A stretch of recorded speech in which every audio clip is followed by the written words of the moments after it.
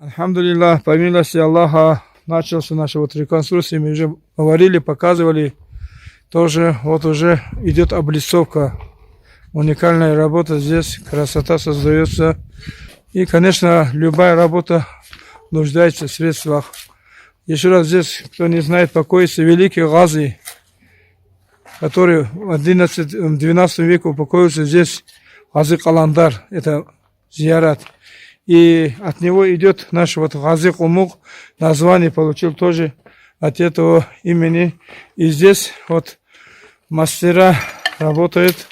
Но для завершения нам нужны определенные средства. Поэтому хотим обратиться от наш Шамиладжи старший. Шамиладжи.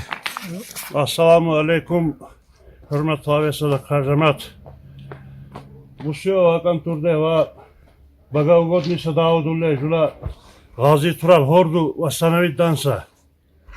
Dulle buruça ama chansa kumago erkin kanebur jula lakhe dak adurisa jula millat dak adurisa isan turak abrashene dulle ora şeymana çesaksa mi çarursa vasidarat isekan tubakari.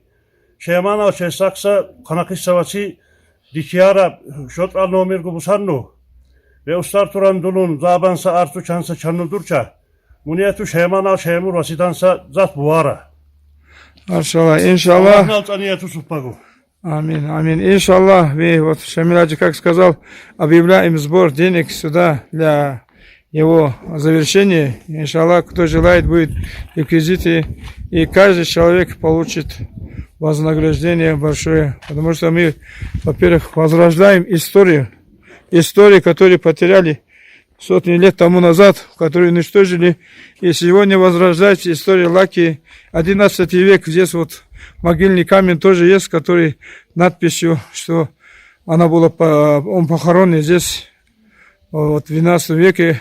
Сельджукский, это принц Шехзаде, приехал здесь, он не то что в Дагестане, и по Северному Кавказу установил шариат, ислам, дин, возрождал вот религию. Так что, братья, не оставайтесь в стороне, принимайте участие за это, иншаллах, Аллах воздаст нам вечную жизнь в ахирате.